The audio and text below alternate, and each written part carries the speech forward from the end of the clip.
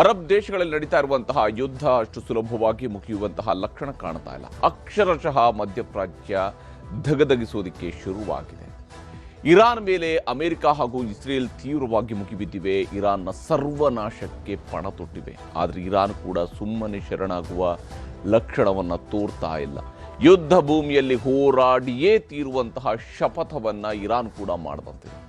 ತನ್ನ ಮೇಲೆ ದಾಳಿ ನಡೆಸಿರುವಂತಹ ಅಮೆರಿಕ ಮತ್ತು ಇಸ್ರೇಲ್ ವಿರುದ್ಧ ತೀವ್ರ ಸ್ವರೂಪದಲ್ಲಿ ಪ್ರತಿದಾಳಿಯನ್ನು ನಡೆಸ್ತಾ ಇದೆ. ಇದರಿಂದಾಗಿ ಇಡೀ ಮಧ್ಯಪ್ರಾಚ್ಯದ ದೇಶಗಳು ಧಗಧಗಿಸೋದಕ್ಕೆ ಶುರುವಾಗಿದೆ. ಅಮೆರಿಕದ ಸೇನಾ ಠಿಕಾಣಿಗಳು, ರಾಯಭಾರಿ ಕಚೇರಿಗಳನ್ನು ಇರಾನ್ ಟಾರ್ಗೆಟ್ ಮಾಡಿಕೊಂಡಿದೆ. ಹರ್ಮುಜ್ ಜಲಸಂಧಿಯನ್ನು ಮುಚ್ಚೋದರ ಮೂಲಕ ಇಡೀ ಜಗತ್ತಿನ ತೈಲ ಸಂಪರ್ಕಕ್ಕೆ ದೊಡ್ಡ ಪೆಟ್ಟು ಕೊಡೋದಕ್ಕೆ ಹೊರಟಿದೆ. ಸಹಜವಾಗಿ ಇದು ಭಾರತದಲ್ಲೂ ಕೂಡ ತೈಲದ ದರ ಏರಿಕೆಗೆ ಕಾರಣ ಆಗಬಹುದು. ಆ ಆತಂಕವನ್ನು ಸೃಷ್ಟಿಸಿದೆ. ಒಂದೆಡೆ ಯುದ್ಧ ತೀವ್ರ ಸ್ವರೂಪವನ್ನು ಪಡ್ಕೊಳ್ತಾ ಇದ್ರೆ, ಮತ್ತೊಂದೆಡೆ ಮಧ್ಯಪ್ರಾಚ್ಯ ದೇಶಗಳಲ್ಲಿ ಸಿಲುಕಿರತಕ್ಕಂತಹ ಭಾರತೀಯರನ್ನು ಸುರಕ್ಷಿತವಾಗಿ ಕರೆತರೋದಕ್ಕೆ ಕೇಂದ್ರ ಸರ್ಕಾರ ವ್ಯವಸ್ಥೆಗಳನ್ನು ಮಾಡ್ತಾ ಇದೆ. ತಾಯ್ನಾಡಿಗೆ ಮರಳಿ ಬಂದಿರುವಂತಹ ಕನ್ನಡಿಗರು ನೆಮ್ಮದಿಯ ನಿಟ್ಟಿಸಿರು ಬಿಡ್ತಾ ಇದ್ದಾರೆ. ಅದರ ಬಗ್ಗೆ ಒಂದು ವಿವರವಾದಂತಹ ವರದಿಯನ್ನು ತೋರಿಸ್ತೀನಿ ಇವತ್ತಿನ ಪಂಚಾಯಿತಿಯ ಮೊದಲ ಸುದ್ದಿಯಲ್ಲಿ. ಇನ್ನು ಇವತ್ತಿನ ಪಂಚಾಯಿತಿಯ ಎರಡನೇ ಸುದ್ದಿ, ಟ್ರೆಂಡ್ ಕದ್ದಾಲಿಕೆ. ನಮ್ಮ ರಾಜ್ಯದಲ್ಲಿ ಫೋನ್ ಕದ್ದಾಲಿಕೆ ಅನ್ನುವಂಥದ್ದು ಈ ಆರೋಪ ಮುಗಿಯುವ ಯಾವುದೇ ಲಕ್ಷಣಗಳಿಲ್ಲ.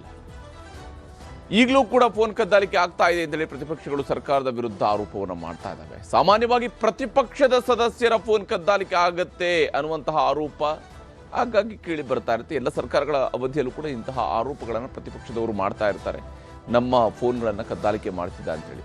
ಆದ್ರೆ ಈಗ ಆಡಳಿತ ಪಕ್ಷದ ಶಾಸಕರ ಫೋನ್ಗಳನ್ನು ಕದ್ದಾಲಿಕೆ ಮಾಡುತ್ತಾ ಇದ್ದಾರೆ. ಅಷ್ಟೇ ಆಡಳಿತ ಪಕ್ಷದ ಶಾಸಕರ ಮೇಲೆ ಗೂಢಾಚಾರ್ಯೆ ನಡೀತಾ ಇದೆ. ಈ ರೀತಿಯಾದಂಥ ಆರೋಪವನ್ನು ಪ್ರತಿಪಕ್ಷದವರು ಆಡಳಿತ ಪಕ್ಷದ ವಿರುದ್ಧ ಮಾಡಿದ್ದಾರೆ. ಇದಕ್ಕೆ ಹಾಲು ಜೇನಿನ ಉತ್ತರವನ್ನು ಕೊಟ್ಟಿದ್ದಾರೆ ಮುಖ್ಯಮಂತ್ರಿ ಸಿದ್ದರಾಮಯ್ಯ. ಅದರ ಬಗ್ಗೆಯೂ ಕೂಡ ವಿವರಿಸ್ತೀನಿ ಇವತ್ತಿನ ಪಂಚಾಯಿತಿಯ ಎರಡನೇ ಸುದ್ದಿಯಲ್ಲಿ. ಈಗ ಮೊದಲ ಸುದ್ದಿ ಕಡೆಗೆ ಹೋಗೋಣ. ಬಹಳ ಮುಖ್ಯವಾಗಿ ಮಧ್ಯಪ್ರಾಚ್ಯ ಧಗಧಗಿಸ್ತಾ ಇರುವಂಥದ್ದು. ಇರಾನ್ ಮೇಲೆ ನಡೆದಿರ್ತಕ್ಕಂತಹ ದಾಳಿ, ಒಂದೇ ದಿವಸದ ಅಂತರದಲ್ಲಿ ಆಯತುಲ್ಲಾ ಖಮೇನಿಯನ್ನ ಹತ್ಯೆ ಮಾಡಿರ್ತಕ್ಕಂತಹ ಅಮೆರಿಕ ಮತ್ತು ಇಸ್ರೇಲ್ ಸೇನಾಪಡೆಗಳು ತಮ್ಮ ಯುದ್ಧಕ್ಕೆ ಬಹಳ ದೊಡ್ಡ ಯಶಸ್ಸು ಸಿಕ್ಕಿತ್ತು ಅಂತ ಅಂದ್ಕೊಂಡಿದ್ರು. ಆದರೆ ಯುದ್ಧ ಅಲ್ಲಿಗೆ ನಿಂತಿಲ್ಲ. ಯುದ್ಧ ಆಗಷ್ಟೇ ಶುರುವಾಗಿತ್ತು. ಯುದ್ಧದ ತೀವ್ರತೆ ಈಗ ಗೋಚರಿಸ್ತಾ ಇದೆ. ಇಡೀ ಮಧ್ಯಪ್ರಾಚ್ಯ ದೇಶಗಳಲ್ಲಿ ಮಿಸೈಲ್ ದಾಳಿಯನ್ನು ಇರಾನ್ ಮಾಡ್ತಾ ಇದೆ. ಇರಾನ್ ಮೇಲೆ ದಾಳಿಯನ್ನು ಮುಂದುವರಿಸಿದ್ದಾವೆ ಅಮೆರಿಕ ಮತ್ತು ಇಸ್ರೇಲ್. ಈಗಾಗಲೇ ಸಾವಿನ ಸಂಖ್ಯೆ, ಸಾವಿನ ಸರಪಣಿ ಏರ್ತಾ ಇದೆ, ದೊಡ್ಡದಾಗ್ತಾ ಇದೆ, ಬೆಳೀತಾ ಇದೆ. ಮಧ್ಯಪ್ರಾಚ್ಯದಲ್ಲಿ ಸಿಲುಕಿರ್ತಕ್ಕಂತಹ ಭಾರತೀಯರು, ಕನ್ನಡಿಗರು ತಾಯ್ನಾಡಿಗೆ ವಾಪಸ್ ಬರೋದಕ್ಕಾಗಿ ಹಾತೊರಿತಾ ಇದ್ದಾರೆ. ಯಾವ ಸ್ವರೂಪದ ಪರಿಸ್ಥಿತಿಗೆ ನಿರ್ಮಾಣ ಆಗಿದೆ ಅನ್ನೋದರ ಬಗ್ಗೆ ವರದಿ ನಿಮ್ಗೆ ತೋರಿಸ್ತೀನಿ.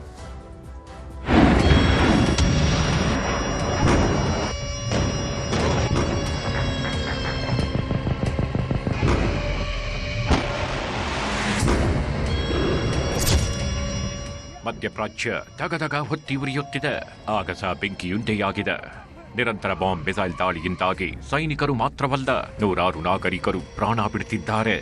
ಭೂಮಿ ಮತ್ತು ಆಗಸದಲ್ಲೂ ಸಾವಿನ ಕಮಟು ವಾಸನೆ ದೇಶಗಳನ್ನ ಮೀರಿ ವ್ಯಾಪಿಸುತ್ತಿವೆ.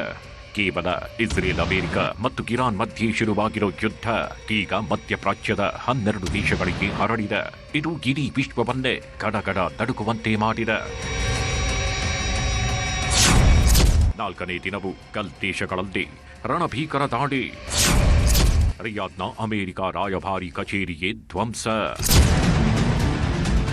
ಖಮೇನಿ ಹತ್ಯೆಯಿಂದ ಕೆರಳಿ ಕೆಂಡವಾಗಿರೋ ಇರಾನ್ ಪಡೆಗಳು ತಮ್ಮ ಅಸ್ತಿತ್ವ ಕಳೆದುಕೊಂಡರೂ ಸರಿಯೇ, ನಿಮ್ಮನ್ನ ಬಿಡಲ್ಲ ಅನ್ನೋ ಪ್ರತಿಜ್ಞೆ ಮಾಡಿದಂತಿವೆ.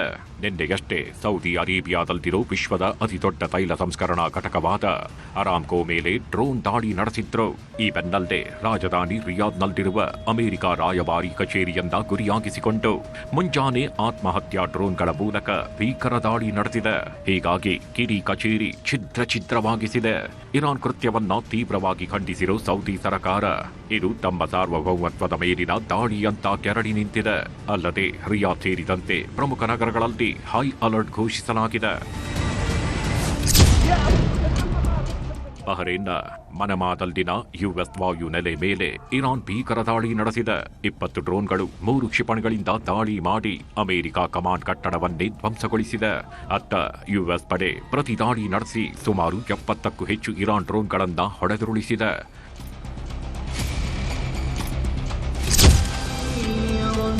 ಬೆಳಗ್ಗೆ ಯುಎಇಯ ಪುಜೈರಾದಲ್ಲಿರುವ ತೈಲ ಸಂಗ್ರಹಾರದ ಮೇಲೆ ಇರಾನ್ ಡ್ರೋನ್ ದಾಳಿ ನಡೆಸಿದೆ. ಇದು ಯುಎಇಯಲ್ಲಿರುವ ಏಕೈಕ ಪ್ರಮುಖ ತೈಲ ರಫ್ತು ಟರ್ಮಿನಲ್ ಆಗಿದೆ. ಹೀಗಾಗಿ ತೈಲ ರಫ್ತು ಮೇಲೆ ಇದು ಕೂಡ ಪರಿಣಾಮ ಬೀರೋ ಸಾಧ್ಯತೆ ಇದೆ.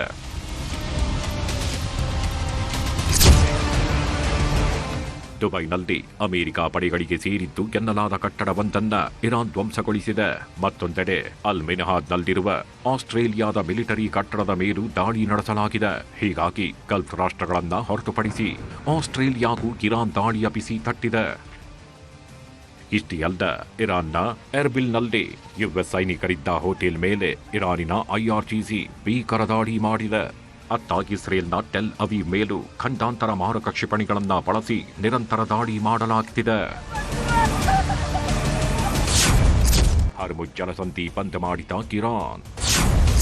ಜಗತ್ತಿಗೆ ತೈಲ ಸ್ಥಗಿತ ಆತಂಕ, ಅಮೆರಿಕ ಎಚ್ಚರಿಕೆ. ಇನ್ನು ವಿಶ್ವದ 5ನೇ 1 ಭಾಗದಷ್ಟು ತೈಲ ಸಾಗಣೆ ನಡೆಯುವ ಪ್ರಮುಖ ಜಲಮಾರ್ಗವಾದ ಹರ್ಮುಜ್ ಜಲಸಂಧಿಯನ್ನ ಮುಚ್ಚುತ್ತಿರುವುದಾಗಿ ಐಆರ್ಜಿಸಿ ಘೋಷಿಸಿದೆ. ಅಲ್ಲದೆ ಅದರ ಮೂಲಕ ಹಾದು ಹೋಗಲು ಪ್ರಯತ್ನಿಸುವ ಯಾವುದೇ ಹಡಗಿನ ಮೇಲೆ ದಾಳಿ ಮಾಡುವುದಾಗಿ ಎಚ್ಚರಿಕೆ ನೀಡಿದೆ. ಹೀಗಾಗಿ ಸುಮಾರು 700ಕ್ಕೂ ಹೆಚ್ಚು ತೈಲ ಹಡಗುಗಳ ಸಂಚಾರ ಬಹುತೇಕ ಸ್ಥಗಿತಗೊಂಡಿದೆ. ನೂರಾರು ಹಡಗುಗಳು ಜಲಸಂಧಿಯ ಸಮೀಪದಲ್ಲೇ ಲಂಗರು ಹಾಕಿವೆ. ಇದರಿಂದಾಗಿ ಜಗತ್ತಿಗೆ ತೈಲ ಬರದ ಆತಂಕ ಎದುರಾಗಿದೆ. ಇರಾನ್ ಕ್ರಮದಿಂದ ಮತ್ತಷ್ಟು ಕೆರಳಿರೋ ಅಮೆರಿಕ ಹೆಚ್ಚುವರಿ ಸೇನೆಯನ್ನ ಇರಾನ್ನತ್ತ ಕಳಿಸಿದೆ. ಇರಾನ್ ಏರ್ ಡಿಫೆನ್ಸ್ ಸಿಸ್ಟಮ್ ಸಂಪೂರ್ಣ ಧ್ವಂಸ. ಟೆಹರಾನ್ನಲ್ಲಿ ಅಮೆರಿಕ ಇಸ್ರೇಲ್ ಮಾರಣ ಹೋಮ. ಯಾವಾಗ ಇರಾನ್ನಿಂದ ಗಲ್ಫ್ ದೇಶಗಳ ಟಾರ್ಗೆಟ್ ಹೆಚ್ಚಾಯಿತು, ಅಮೆರಿಕ ಕೂಡ ರಣಕಹಳೆ ಮೊಳಗಿಸಿದೆ. ಇರಾನ್ನ ವಾಯು ನೆಲೆ ಗುರಿಯಾಗಿಸಿ ಅಟ್ಯಾಕ್ ಮಾಡಿದೆ. ಕ್ಷಿಪಣಿ ಉಡಾವಣೆ ತಾಣಗಳ ಮೇಲೆ ದಾಳಿ ನಡೆಸಿದ್ದು ಚೀನಾ ನಿರ್ಮಿತ ಏರ್ ಡಿಫೆನ್ಸ್ ಸಿಸ್ಟಮ್ ಅನ್ನೇ ಉಡೀಸ್ ಮಾಡಿದೆ. ಇದರಿಂದಾಗಿ ಇರಾನ್ ವಾಯು ವ್ಯಾಪ್ತಿಗೆ ಇಸ್ರೇಲ್ ಮತ್ತು ಅಮೆರಿಕನ್ ಪಡೆಗಳು ಎಂಟ್ರಿಯಾಗುವುದು ಮತ್ತಷ್ಟು ಸುಲಭವಾಗಿದೆ. ಮತ್ತೊಂದೆಡೆ ಇರಾನ್ ರಕ್ಷಣಾ ಸಚಿವ ಮಜಿದಿನ್ ಅಲ್ ರೇಜಾ ಹತ್ಯೆ ಮಾಡಿರುವುದಾಗಿ ಇಸ್ರೇಲ್ ಘೋಷಣೆ ಮಾಡಿದೆ. ಇರಾನ್ ಅಧ್ಯಕ್ಷರ ಕಚೇರಿ ಮತ್ತು ಟೆಹರಾನ್ನಲ್ಲಿರುವ ರಾಷ್ಟ್ರೀಯ ಭದ್ರತಾ ಮಂಡಳಿಯ ಕಟ್ಟಡದ ಮೇಲೆ ವೈಮಾನಿಕ ದಾಳಿ ನಡೆಸಿ ಧ್ವಂಸ ಮಾಡಲಾಗಿದೆ. ಬಾಂಬ್ಗಳ ಸುರಿಮಳೆಗೈಯುತ್ತಿರೋ ಅಮೆರಿಕ ಇರಾನ್ಗೆ ಖಡಕ್ ವಾರ್ನಿಂಗ್ ಕೊಟ್ಟಿದೆ. ಅಮೆರಿಕ ಉನ್ನತ ಮಟ್ಟದ ಶಸ್ತ್ರಾಸ್ತ್ರಗಳನ್ನ ಹೊಂದಿದ್ದು ಅಗತ್ಯ ಬಿದ್ದರೆ ದೀರ್ಘಕಾಲದ ಯುದ್ಧಕ್ಕೂ ಸಿದ್ಧ ಅಂತ ಟ್ರಂಪ್ ಎಚ್ಚರಿಕೆ ಕೊಟ್ಟಿದ್ದಾರೆ. ಅಲ್ಲದೆ ಹೆಚ್ಚುತ್ತಿರುವ ಉದ್ವಿಗ್ನತೆಯ ಮಧ್ಯೆ ಅಮೆರಿಕದ ನಾಗರಿಕರು ಮಧ್ಯಪ್ರಾಚ್ಯವನ್ನ ತಕ್ಷಣವೇ ತೊರೆಯುವಂತೆ ಅಮೆರಿಕ ವಿದೇಶಾಂಗ ಇಲಾಖೆ ಹೇಳಿದೆ. ಇದು ಯುದ್ಧದ ಮತ್ತೊಂದು ಹಂತ ತಲುಪುವ ಮುನ್ಸೂಚನೆ ನೀಡಿದೆ. ಇರಾನ್ ಮೇಲೆ ಮುಗಿಬಿದ್ದ ಇಸ್ರೇಲ್ ವಿರುದ್ಧ ಹಿಜ್ಬುಲ್ಲಾ ಉಗ್ರರು ಸಿಡಿದೆದ್ದಿದ್ದಾರೆ. ಉತ್ತರ ಇಸ್ರೇಲ್ನಲ್ಲಿರುವ ವಾಯು ನೆಲೆ ಮೇಲೆ ಅಟ್ಯಾಕ್ ಮಾಡಲಾಗಿದೆ. ಹಿಜ್ಬುಲ್ಲಾ ದಾಳಿಗೆ ಇಸ್ರೇಲ್ ಕೂಡ ಪ್ರತಿ ದಾಳಿ ಮಾಡಿದ್ದು ಲೆಬನಾನ್ನಿಂದ ಬಂದ 2 ಡ್ರೋನ್ಗಳನ್ನ ಆಕಾಶದಲ್ಲೇ ಹೊಡೆದುರುಳಿಸಿದೆ. ಯಾವಾಗ ಹಿಜ್ಬುಲ್ಲಾ ಅಟ್ಯಾಕ್ ಮಾಡ್ತೋ ಇಸ್ರೇಲ್ ನಿಗಿನಿಗಿ ಕೆಂಡವಾಗಿದೆ. ಲೆಬನಾನ್ ಬೈರೂತ್ನ 3 ಸ್ಥಳಗಳ ಮೇಲೆ ಏರ್ ಸ್ಟ್ರೈಕ್ ನಡೆಸಿದೆ. ಹೇರಥ್ರಾಯ್ಕ್ ನಗರದ ಹಿಜ್ಬುಲ್ಲಾ ರೇಡಿಯೋ ಕಚೇರಿಯನ್ನ ಧ್ವಂಸಗೊಳಿಸಿದೆ. ಈ ದಾಳಿಯಲ್ಲಿ 31ಕ್ಕೂ ಅಧಿಕ ಮಂದಿಯ ನೆತ್ತರೋ ಕುಳಿ ಹರಿದಿದೆ ಎನ್ನಲಾಗಿದೆ. ಅಲ್ಲದೆ ಇಸ್ರೇಲ್ ಭೂ ಸೈನಿಕ ಪಡೆಗಳು ದಕ್ಷಿಣ ಲೆಬನಾನ್ಗೆ ನುಗ್ಗಿವೆ. ಯುದ್ಧ ಭೂಮಿಯಿಂದ ಬಂದಿಳಿದ ಕನ್ನಡಿಗರು. ಮೋದಿ ಸರ್ಕಾರಕ್ಕೆ ಧನ್ಯವಾದ ಹೇಳಿದ ಜನತೆ. ವಿಶ್ವದ ಅತ್ಯಂತ ಸುರಕ್ಷಿತ ದೇಶ ಅನ್ನೋ ಖ್ಯಾತಿ ಹೊಂದಿರೋ ಯುಎಇ ಮೇಲೂ ಯುದ್ಧದ ಕರಿನೆರಳು ಬಿದ್ದಿದೆ.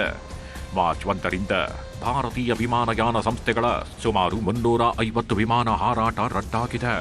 ಇದರಿಂದ ಕನ್ನಡಿಗರು ಕ್ಷಣ ಕ್ಷಣಕ್ಕೂ ಭಯದಲ್ಲದೆ ಬದುಕುವಂತಾಗಿದೆ. ಸದ್ಯ ಕೆಲವು ಕನ್ನಡಿಗರು ನಿರಾಳರಾಗಿದ್ದಾರೆ. ನಿನ್ನೆ ದುಬೈನಿಂದ ಬಂದ 2 ಫ್ಲೈಟ್ಗಳಲ್ಲಿ 500ಕ್ಕೂ ಹೆಚ್ಚು ಜನ ಕೆಂಪೇಗೌಡ ಇಂಟರ್ನ್ಯಾಷನಲ್ ಏರ್ಪೋರ್ಟ್ಗೆ ಬಂದಿಳಿದಿದ್ದಾರೆ. 3 ದಿನಗಳ ಕಾಲ ಆತಂಕದಲ್ಲಿಯೇ ದಿನ ದೂಡಿದ್ದ ಪ್ರಯಾಣಿಕರು ನೆಮ್ಮದಿಯ ನಿಟ್ಟುಸಿರು ಬಿಟ್ಟಿದ್ದಾರೆ. ನಮ್ಮನ್ನ ಸೇಫಾಗಿ ಕರೆತಂದ ಭಾರತ ಸರ್ಕಾರಕ್ಕೆ ಧನ್ಯವಾದ ಎಂದು ತಿಳಿಸಿದ್ದಾರೆ. ಅದೆಲ್ಲ ಮಿಸೈಲ್ಸ್ ಹೋಗೋದು ನೋಡಿದ್ವಿ, ಅದೆಲ್ಲ ಏನಾಗ್ತಿದ್ದೋ ಗೊತ್ತಾಗ್ತಿಲ್ಲ. ಎಲ್ಲ ಬಾಂಬು ಎಲ್ಲ ಮತ್ತೆ it is all panic. Just 10 minutes. 10 minutes ಹತ್ರ ಬಂದ್ಬಿಟ್ಟು ಬಾಂಬ್ ಬ್ಲಾಸ್ಟ್ ಆಗ್ತಿತ್ತು. ನಮ್ಮ ಮನೇಲಿ ಇದ್ವಿ, ಪ್ಯಾನಿಕ್ ಇತ್ತು, ಬಟ್ ಎಲ್ಲ ಸೇಫ್ ಇತ್ತು. Dubai was very nice. ಎಲ್ಲ ಕಾಣಿಸ್ತಿತ್ತು. ಯಾ Thanks to Emirates, they did all the arrangement and we are safe there. And the first flight we received, and somehow we reached airport. And it is, you know how it is. Like family is waiting, and we are stuck there. So it is a big relief to be in our own country. Thanking everyone from bottom of my heart. Not only our embassy, also Dubai. Yeah. ಅದು ಅಬುದಾಬಿಯಲ್ಲಿ ಆಗಿತ್ತು, ದುಬೈಯಲ್ಲಿ ಏನೂ ಆಗಿರಲಿಲ್ಲ. ಸ್ವಲ್ಪ airport ಅಲ್ಲಿ ಆಗಿತ್ತು, but Burj Khalifa ಹತ್ರ ಏನೂ ಆಗಿರಲಿಲ್ಲ. ಬಟ್ ಎಮಿರೇಟ್ಸ್ ಅವರೆಲ್ಲ ಚೆನ್ನಾಗಿ ನೋಡ್ಕೊಂಡಿದ್ರು. So and this flight came, ಇದು ಅವರೇ ಫೋನ್ ಮಾಡಿ ಅವರೇ ಕರೆದು ಇದು ಫ್ಲೈಟ್ ಇಂದ ಬಂದಿದ್ದು. ಇದು 9:30 ಅಲ್ಲಿಂದ ಬಿಟ್ಟು ಇಲ್ಲಿ ಬಂದಿದ್ದು. ಇದೇ ಫ್ಲೈಟ್ನಲ್ಲಿ ಜೆಡಿಎಸ್ ಎಂಎಲ್ಸಿ ಭೋಜೇಗೌಡ ಕೂಡ ಆಗಮಿಸಿದ್ದಾರೆ. ನಾನು ಸೌತ್ ಆಫ್ರಿಕಾಗೆ ಹೋಗಿದ್ದೆ, ಕಾರಣಾಂತರಗಳಿಂದ ದುಬೈ ಮೂಲಕ ಇಂಡಿಯಾಗೆ ಬರ್ತಿದ್ದೆ. ಅಬುದಾಬಿಯಲ್ಲಿ ಬಾಂಬ್ ದಾಳಿ ಆಗ್ತಿದೆ ಅಂತ ಫ್ಲೈಟ್ ಕ್ಯಾನ್ಸಲ್ ಮಾಡಿದ್ರು. ಆಗ ಹೋಟೆಲ್ನಲ್ಲಿ ಉಳಿದುಕೊಳ್ಳಲು ಕುಮಾರಸ್ವಾಮಿ ವ್ಯವಸ್ಥೆ ಮಾಡಿದ್ರು ಅಂತ ಹೇಳಿದ್ದಾರೆ. ನಾವು ಇಷ್ಟು ಬೇಗ ಇಲ್ಲಿ ವಾಪಸ್ಸು ಇಂಡಿಯಾಗೆ ಬರ್ತೀವಿ ಅಂತೇಳಿ ಗ್ಯಾರಂಟಿ ಇರಲಿಲ್ಲ. ಬರ್ತೀವಿ ಅಂತ ಸ್ವಲ್ಪ ಧೈರ್ಯ ಇತ್ತು, ಆದರೆ ಇಷ್ಟು ಬೇಗ ಬರ್ತೀವಿ ಅಂತ ಗ್ಯಾರಂಟಿ ಇರಲಿಲ್ಲ. ಹಾಗಾಗಿ ನಮ್ಮ ಗೌರ್ಮೆಂಟಿಗೆಲ್ಲ ಸ್ವಲ್ಪ ರಿಕ್ವೆಸ್ಟ್ ಮಾಡಿದೆ, ಸ್ವಲ್ಪ ನೋಡಿ ಆತಂಕದಲ್ಲಿರೋರಿಗೆಲ್ಲ ಸ್ವಲ್ಪ ಆತಂಕ ದೂರ ಮಾಡಿ ಅಂತ. Because I am staying in my friend house. ಅಲ್ಲಿ ಅವ್ರ ಫ್ರೆಂಡ್ ಮನೇಲಿ ಇದ್ದಿದ್ದರಿಂದ, ರೊನಾಲ್ಡ್ ಕೊಲಾಸ್ ಅವ್ರ ಮನೇಲಿ ಇದ್ದಿದ್ದರಿಂದ ನಮಗೇನು ತಾಪತ್ರೆ ಆಗಲಿಲ್ಲ. ಆ ಥರ ಪ್ಯಾನಿಕ್ಕು ಕೂಡ ಆಗಕ್ಕೆ ಅವಕಾಶ ಇರಲಿಲ್ಲ. ಬಟ್ ಭಾಳ ಜನ ಬೇರೆ ಕಡೆ ಇದರಲ್ಲಿ ಹೋಟ್ಲಲ್ಲಿ ಇದ್ದವರೆಲ್ಲ ಭಾಳ ಪ್ಯಾನಿಕ್ಕಿಗೆ ಒಳಗಾಗಿದ್ರು. ಅವರೆಲ್ಲ ಕೆಲವರೆಲ್ಲ ಫೋನ್ ಮಾಡೋರು, ನನ್ನ ಟಿವಿಲಿ ನೋಡಿದ ಮೇಲೆ, ಗೌಡ್ರೆ ನಾವೆಲ್ಲ ಕೋಲಾರದಿಂದ ಬಂದಿದ್ದೀವಿ, ನಾವು ಮಂಡ್ಯದಿಂದ ಬಂದಿದ್ದೀವಿ ಅಂತೆಲ್ಲ ಹೇಳೋರು. ಪಾಪ ಅವರಿಗೆಲ್ಲ ಧೈರ್ಯ ಹೇಳ್ತಾ ಇದ್ವಿ ನಾವು. ಹಾಗಾಗಿ ಇವತ್ತು ಅದು ಯುದ್ಧದ ಭೀತಿ ವಾತಾವರಣ 100ಕ್ಕೆ 100 ದುಬೈನಲ್ಲೂ ಇದೆ. ಎಂಟೈರ್ UN ಇದೆ. ಆಮೇಲೆ UN ಅಲ್ಲಿ ಎಲ್ಲ ಆಲ್ ಏರ್ಪೋರ್ಟ್ಸ್ ಸರ ಬಂದಾಗೋಯ್ತು. ಆಮೇಲೆ ಇಮ್ಮಿಡಿಯೇಟ್ ಆಗಿ ದುಬೈ ಗೌರ್ಮೆಂಟು ಎಮಿರೇಟ್ಸ್ನವರು ಬಹಳ ಕೆಲಸ ಮಾಡಿ ಧೈರ್ಯ ಮಾಡಿ ಜನರನ್ನ ಆಚೆ ತರ್ತಾ ಇದ್ದಾರೆ. ದುಬೈನಲ್ಲಿ ಸಿಲುಕಿಕೊಂಡಿದ್ದ ಶಾಸಕ ನಾರಾ ಭರತ್ ರೆಡ್ಡಿ ಕೂಡ ಭಾರತಕ್ಕೆ ಆಗಮಿಸಿದ್ದಾರೆ. ಓಮನ್ ದೇಶದ ಮೂಲಕ ದೆಹಲಿಗೆ ಬಂದಿಳಿದಿದ್ದಾರೆ. ನಾಳೆ ಬಳ್ಳಾರಿಗೆ ಆಗಮಿಸುವ ಸಾಧ್ಯತೆ ಇದೆ. ಬೆಂಗಳೂರಿನಿಂದ ದುಬೈಗೆ ಹಾರಿದ ವಿಮಾನ ವಾಪಸ್. ಬೆಂಗಳೂರಿನ ಏರ್ಪೋರ್ಟ್ನಿಂದ ಇಂದು 42 ನಿಮಿಷಗಳ ಹಾರಾಟ ರದ್ದಾಗಿವೆ. Abu Dhabi, Riyadh, Dubai, Doha, Dammam ಸೇರಿ ವಿವಿಧೆಡೆಯಿಂದ ಬರಬೇಕಿದ್ದ 21 ವಿಮಾನ ಕ್ಯಾನ್ಸಲ್ ಆಗಿವೆ. ಬೆಂಗಳೂರು ಏರ್ಪೋರ್ಟ್ನಿಂದ ತೆರಳಬೇಕಿದ್ದ 21 ವಿಮಾನಗಳ ಹಾರಾಟವು ರದ್ದಾಗಿದೆ. ಮತ್ತೊಂದು ಕಡೆ ದುಬೈಗೆ ತೆರಳಿದ್ದ ವಿಮಾನಕ್ಕೆ ಲ್ಯಾಂಡಿಂಗ್ಗೆ ಅನುಮತಿ ಸಿಗದೆ ಬೆಳಗ್ಗೆ 7:30ಕ್ಕೆ ವಾಪಸ್ ಆಗಿದೆ. ಈ ಹಿನ್ನೆಲೆ ಪ್ರಯಾಣಿಕರಿಗೆ ಮಾಹಿತಿ ನೀಡಲು ಹೆಲ್ಪ್ ಲೈನ್ ಓಪನ್ ಮಾಡಲಾಗಿದೆ. 500 ಕನ್ನಡಿಗರು ತಾಯ್ನಾಡಿಗೆ ಬಂದು ನಿಟ್ಟುಸಿರು ಬಿಟ್ರೆ, ಇನ್ನು ಕೆಲವರು ಯುದ್ಧ ಭೂಮಿಯಲ್ಲಿ ಲಾಕ್ ಆಗಿ ಪರದಾಡ್ತಿದ್ದಾರೆ. ಯುದ್ಧ ಪೀಡಿತ ಇರಾನ್ನಲ್ಲಿ ಚಿಕ್ಕಮಗಳೂರು ಜಿಲ್ಲೆಯ ಕೊಪ್ಪ ತಾಲೂಕಿನ ಹಿರೇಕೋಡಿಗೆ ನಿವಾಸಿ ನಿಶ್ಚಿತ್ ಲಾಕ್ ಆಗಿದ್ದಾರೆ. ಇರಾನ್ನಲ್ಲಿ ಮರ್ಚೆಂಟ್ ನೇವಿಯಲ್ಲಿ ಕಾರ್ಯನಿರ್ವಹಿಸುತ್ತಿದ್ದ ನಿಶ್ಚಿತ್ ಈಗ ಸಂಪರ್ಕಕ್ಕೆ ಸಿಕ್ತಿಲ್ವಂತೆ. ಮಗನಿಗೆ ಏನಾಯ್ತು ಅನ್ನೋ ಆತಂಕದಲ್ಲಿರೋ ಪೋಷಕರು ಸರಕಾರ ಸಹಾಯ ಮಾಡುವಂತೆ ಮನವಿ ಮಾಡುತ್ತಿದ್ದಾರೆ. ದುಬೈನಲ್ಲಿ ಬೀದರ್ ಮೂಲದ 7 ಜನ ಸಿಲುಕಿಕೊಂಡಿದ್ದಾರೆ. ಆದಷ್ಟು ಬೇಗ ತಾಯ್ನಾಡಿಗೆ ಕರೆಸಿಕೊಳ್ಳುವಂತೆ ಕೈ ಮುಗಿದು ಮನವಿ ಮಾಡಿಕೊಂಡಿದ್ದಾರೆ. ಅಡೆತಡೆಯಿಂದ ನಾವು ಇಲ್ಲೇ ಸಿಕ್ಕೊಂಡಿದ್ದು, ನಮಗೆ ಯುದ್ಧದಿಂದ ಅಡೆತಡೆಯಿಂದ ನಾವು ಇಲ್ಲಿ ಸಿಕ್ಕೊಂಡಿದ್ದೆವು. ಮತ್ತು ಇಲ್ಲೆಲ್ಲ ನಮಗೆ ಒಳ್ಳೆ ಯಾವುದೂ ಸಿಗ್ತಾ ಇಲ್ಲ, ತ್ರಾಸದಲ್ಲಿದ್ದೀವಿ. ಆದಷ್ಟು ನಮಗೆ ಇಲ್ಲಿಂದ ಬಿಡುಗಡೆ ಮಾಡ್ಬೇಕಂತೇಳಿ ತಮ್ಮಲ್ಲಿ ವಿನಂತಿ ಮಾಡ್ತೀವಿ. ಕತಾರ್ನಲ್ಲಿ ಬೀದರ್ ಮೂಲದ ಗಿರೀಶ್ ಅನ್ನೋರು ಲಾಕ್ ಆಗಿದ್ದಾರೆ. ವಿಡಿಯೋ ಮಾಡಿ ಕತಾರ್ ದೇಶದ ಪರಿಸ್ಥಿತಿಯನ್ನ ಬಿಚ್ಚಿಟ್ಟಿದ್ದಾರೆ. ಪ್ರತಿ ಕ್ಷಣ ಭಯದ ವಾತಾವರಣವಿದ್ದು ಬಚಾವಾಗೋಕೆ ಪರದಾಡ್ತಿದ್ದೇವೆ ಅಂತ ಅಳಲು ತೋಡಿಕೊಂಡಿದ್ದಾರೆ. ನೀವೆಲ್ಲ ಊರಾಗ ಹೊಳೆ ಹುಣ್ಣಿ ಹಬ್ಬದ ಎಲ್ಲ ಪ್ಲಾನ್ ಮಾಡತ್ತೀರಿ. ನಾವು ನೋಡ್ರಿ ಕತಾರ್ದಾಗ ಹೆಂಗೆ ಬಚಾವ್ ಆಗಬೇಕು ಹೆಂಗಿಲ್ಲ ಅಂತ ಅದನ್ನು ಟೆನ್ಷನ್ ತೊಗೊಳತ್ತಿದ್ದೇವೆ. ಪ್ಲ್ಯಾನ್ ಅದು ನಮ್ಮದು ಅಲಾಗೆ ಅದ. ಹೆಂಗಂದ್ರೆ ಎಕಡೆಯಿಂದ ರಾತ್ರಿ ಹುಟ್ಟಿ ಯಾವಾಗ ಬಂದು ಎಕಡೆ ಬಾಂಬ್ ಬೀಳ್ತದ ಗೊತ್ತಿಲ್ಲ. ಹಂಗೆ ಅವು ನಾವು ಬಿಲ್ಡಿಂಗ್ ಒಳಗಿರ್ತೇವೆ. ನಾವು ಯಾವಾಗ ಎಕಡೆ ಬಂದು ಎಕಡೆ ಬೀಳ್ತದ ಅಂತ ಗೊತ್ತಿಲ್ಲ, ಏನಿಲ್ಲ. ಅಲಾರಾಮ್ ಬರ್ತದ, ಅಲಾರಾಮ್ ಬಂತು ಅಂದ್ರೆ ಎದ್ದು ಹೊರ ಹೊಡಿ ಬರ್ಬೇಕು. ನಿಮ್ಮದೇ ಭಾರಿದೆ ರೀ ಎಲ್ಲ.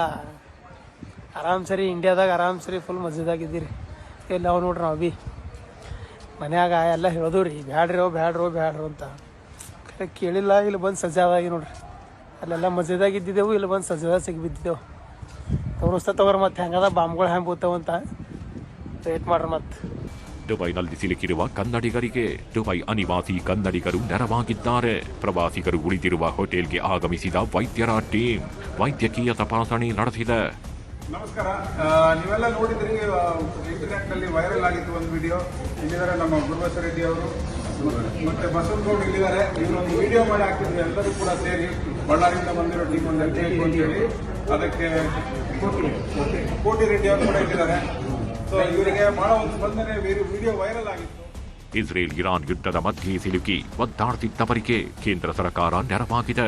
ಒಂದೊಂದೇ ಟೀಮ್ ತಾಯ್ನಾಡಿಗೆ ವಾಪಸ್ ಆಗ್ತಿದ್ದು ನಿಟ್ಟುಸಿರು ಬಿಟ್ಟಿದ್ದಾರೆ.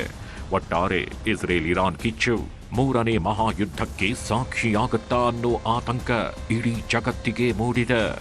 Bureau report, news 18. Phone tapping ಬಗೆಗಿನ ಆರೋಪ ಪ್ರತ್ಯಾರೋಪ ಶುರುವಾಗಿದೆ. ಏನಾಗಾದ್ರೆ ಯಾರ ಫೋನ್ ಟ್ಯಾಪ್ ಆಗ್ತಾ ಇದೆ, ಯಾಕೆ ಇಲ್ಲಿ ದೇವೇಗೌಡರನ್ನು ಸಿದ್ದರಾಮಯ್ಯನವರು ಎಳೆದು ತಂದಿದ್ದಾರೆ?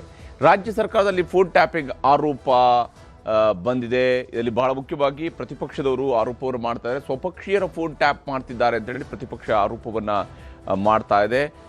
ಕಾಂಗ್ರೆಸ್ದವರದ್ದೇ ಫೋನ್ ಟ್ಯಾಪ್ ಮಾಡ್ತಿದ್ದಾರೆ ಅಂತ ಹೇಳಿ SP ನೇತೃತ್ವದಲ್ಲಿ ಅನಧಿಕೃತ SIT ರಚನೆ ಆಗಿದೆ ಅಂತ ಹೇಳಿ ಆರ್ ಅಶೋಕ್ ಅವರು ವ್ಯಂಗ್ಯವಾಡಿದ್ದಾರೆ. ಸರ್ಕಾರದ ವಿರುದ್ಧ ಆರೋಪವನ್ನು ಮಾಡಿದ್ದಾರೆ. ಕೇಂದ್ರ ಸಚಿವ HD ಕುಮಾರಸ್ವಾಮಿ ಅವರು ಕೂಡ ಆರೋಪವನ್ನು ಮಾಡ್ತಾ ಇದ್ದಾರೆ. ಬಹಳ ಮುಖ್ಯವಾಗಿ ಕುಮಾರಸ್ವಾಮಿ ಅವರು ಹೇಳ್ತಿರೋದು ಎಲ್ಲ ಸರ್ಕಾರದಲ್ಲೂ ಕೂಡ ಫೋನ್ ಟ್ಯಾಪಿಂಗ್ ಆಗುತ್ತೆ ಅಂತ ಹೇಳಿ ಕುಮಾರಸ್ವಾಮಿ ಅವರು ಹೇಳಿದ್ದಾರೆ. ಆದರೆ ಇವರು ನೋಡಿದರೆ ಪತಿವ್ರತೆ ಥರ ಆಡ್ತಿದ್ದಾರೆ ಅಂತ ಹೇಳುವಂಥ ಮಾತುಗಳನ್ನು ಹೇಳಿದ್ದಾರೆ.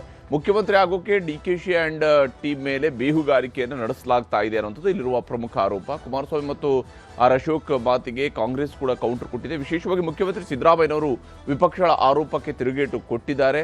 ನಮ್ಮದು ಹಾಲು ಜೇನಿನಂತಹ ಸಂಬಂಧ, ಇದಕ್ಕೆ ಹುಳಿ ಹಿಂಡುವ ಯತ್ನ ನಡೆಸ್ತಾ ಇದ್ದಾರೆ ಅಂತ ಹೇಳಿದ್ದು ಸಿದ್ದರಾಮಯ್ಯನವರು. ಅದಕ್ಕೆ ಶಿವಕುಮಾರ್ ಹಾಗೂ ಸಿದ್ದರಾಮಯ್ಯನವರು ಹಾಲು ಜೇನು ಆಗಿದ್ದಾರೆ.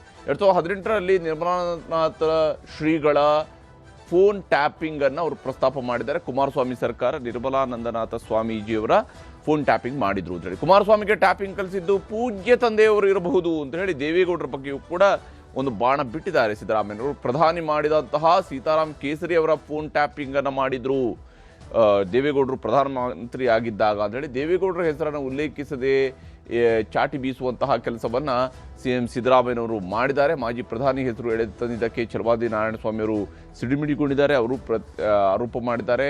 ಕುಮಾರಸ್ವಾಮಿಯವರು 2 ಬಾರಿ CM ಆಗಿದ್ದವರು, ಅವರು ಗೊತ್ತಿದ್ದೇ ಹೇಳಿರ್ತಾರೆ. ಆದರೆ ಇಲ್ಲಿ ಅನವಶ್ಯಕವಾಗಿ ದೇವೇಗೌಡರನ್ನ ಎಳೆದು ತಂದಿದ್ದು ಸರಿಯಲ್ಲ, ಅವರ ಬಗ್ಗೆ ಹಗುರವಾಗಿ ಮಾತನಾಡಿದ್ದು ಸರಿಯಲ್ಲ ಅಂತ ಹೇಳಿ ಛಲವಾದಿ ನಾರಾಯಣಸ್ವಾಮಿ ಅವರು ಹೇಳ್ತಾ ಇದ್ದಾರೆ. ಯಾರ್ಯಾರು ಏನೇನು ಮಾತನಾಡ್ತಿದ್ದಾರೆ ಅನ್ನೋದನ್ನು ನಿಮಗೆ ತೋರಿಸ್ತೀನಿ.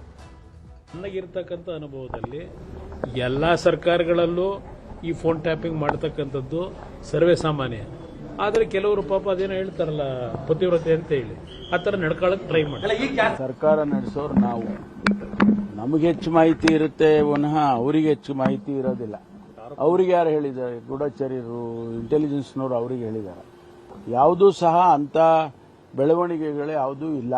ಯಾರ ಫೋನನ್ನು ಯಾರು ಟ್ಯಾಪ್ ಮಾಡೋದು ಅಧಿಕೃತವಾಗಿ ನಮಗಂತೂ ಯಾವುದೂ ಗಮನದಲ್ಲಿ ಇಲ್ಲ. ಫೋನ್ ಟ್ಯಾಪ್ ಮಾಡಿ ಅವ್ರು ಎಲ್ಲೋದ್ರು ಇಲ್ಲೆಲ್ಲೋದ್ರು, ಅವ್ರು ಯಾರ ಹತ್ರ ಮಾತಾಡಿದ್ರು, ಅಂಥದ್ದೆಲ್ಲ ನಡೆಯುವಂಥ ಅಗತ್ಯನೂ ಇಲ್ಲ, ನಡೀತಾನೂ ಇಲ್ಲ. ಈಗಾಗಲೇ ಯಾರ್ಯಾರು DK ಶಿವಕುಮಾರ್ ಪರವಾಗಿದ್ದಾರೆ ಅವರ ಚಲನವಲಯಗಳನ್ನು ನೋಡುವಂಥದ್ದಕ್ಕೆ ಮುಖ್ಯಮಂತ್ರಿಗಳು ಒಬ್ಬ SP ನೇತೃತ್ವದ ಒಂದು ತಂಡವನ್ನೇ ಮಾಡಿದ್ದಾರೆ. ಈಗ ಕುಮಾರಸ್ವಾಮಿ ಬೇರೆ ಬೇರೆ ಅಪೋಸಿಷನ್ ಅವ್ರಿಗೆ ಹೆಂಗೆ SITಗಳನ್ನು ಮಾಡ್ತಾ ಇದ್ರು, ಇವ್ರಿಗೊಂದು SIT ಮಾಡಿದ್ದಾರೆ. ಕಾಣದ SIT, ಇವೆಲ್ಲ ಕಾಣುವ SIT, ಆದೇಶ ಮಾಡಿ SIT ಮಾಡಿದ್ದಾರೆ. ಇದು ಆದೇಶ ಇಲ್ಲದೆ ಮಾಡ್ತಾ ಇದ್ದಾರೆ. ಯಾರ್ಯಾರು ಹೋಗ್ತಾರೆ, ಎಲ್ಲೆಲ್ಲಿ ಸೇರ್ತಾರೆ, ಇವ್ರ ಫೋನ್ಗಳಲ್ಲಿ ಏನೇನು ಮಾತಾಡ್ತಾರೆ, ಫೋನ್ ಟ್ಯಾಪಿಂಗ್ ಅಂತಾನೆ ಹೇಳ್ಬೋದು, ಮಾಡ್ತಾ ಇದ್ದಾರೆ. ನಾನು ಇವತ್ತವರೆಗೂ ಆ ಚೀಫ್ ಮಿನಿಸ್ಟರ್ ವಿಚಾರ ನಾನು ಮಾತಾಡಲಿಲ್ಲ. ಎನಿ ಪಾಯಿಂಟ್ ಆಫ್ ಟೈಮ್ ನಮ್ಮ ವಿಚಾರ ಏನಿದ್ರು ನಾನುಂಟು, ಚೀಫ್ ಮಿನಿಸ್ಟರ್, ನಮ್ಮ ಪಾರ್ಟಿ ಹೈಕಮಾಂಡ್ ಎಲ್ಲರೂ ಇದಕ್ಕೆ ಕೆಲವು ಏನು ಡಿಸಿಷನ್ ಆಗಿದೆ ಅದಕ್ಕೆ ನಾವು ಭಾಗ್ಯ ಅನ್ನೋದು ಹೇಳಿದ್ದೀನಿ. ಬಿಟ್ರೆ ಮಿಕ್ಕಿದ್ ನಾನು ಯಾವತ್ತೂ ಹೇಳಿಲ್ಲ. ಅದು ಅವ್ರ ಅನುಭವದ ಮಾತು ಹೇಳಿದ್ದಾರೆ. ಇಸ್ ಎಕ್ಸ್ಪೀರಿಯನ್ಸ್ ಅಲ್ವಾ. ನನ್ನ ನೋಡಿದಾರಲ್ಲ, ಅವರು ಬೇರೆ ಪಾರ್ಟಿಲಿದ್ದಾಗೂ ನಾನು ನೋಡಿದ್ದಾರೆ, ನಮ್ಮ ಪಾರ್ಟಿಗೆ ಬಂದ ಮೇಲೂ ನೋಡಿದ್ದಾರೆ, ನನ್ನ ಹತ್ರದಿಂದ ನೋಡಿದಾರಲ್ಲ. ಅವರು ದೇವೇಗೌಡರ ಬಗ್ಗೆನೂ ಮಾತಾಡಿದ್ದಾರೆ. ದೇವೇಗೌಡರ ಬಗ್ಗೆ ಸಿದ್ದರಾಮಯ್ಯನವರು ಹಗುರವಾಗಿ ಮಾತಾಡ್ತಕ್ಕಂಥದ್ದು ಇದು ಸರಿಯಲ್ಲ. ಅವರು ನಿಮ್ಮ ಯಾವುದೇ ವಿಚಾರಕ್ಕೆ ಅವರು ಬರೋದೇ ಇಲ್ಲ. ಆದ್ರೆ ನೀವ್ಯಾಕೆ ಪದೇ ಪದೇ ಅವ್ರು ನೆನ್ಕೊಳ್ತೀರಿ? ನಿಮ್ಮ ಗುರುಗಳು ಅಂತ ಅದನ್ನ ನೆನ್ಕೊಂಡ್ರೆ ನನಗೇನೋ ಅಭ್ಯಂತರ ಇಲ್ಲ. ನನ್ನ ಗುರುಗಳು, ನನಗೆ ರಾಜಕೀಯ ಕಲಿಸಿದವರು, ನಾನಿವತ್ತು ಮುಖ್ಯಮಂತ್ರಿ ಆಗಿದ್ರೆ ಅವ್ರ ಕಾರಣ ಅಂತ ನೀವೇನಾದ್ರೂ ಅನ್ಕೊಳ್ಳೋದಾದ್ರೆ ನಾವು ಅದರ ಬಗ್ಗೆ ಮಾತಾಡೋದಿಲ್ಲ. ಆದ್ರೆ ಪದೇ ಪದೇ ನೀವು ಎಳೆದು ತಂದು ಅವರ ಬಗ್ಗೆ ಮಾತಾಡೋದು ಸರಿ ಇದೆಯಾ?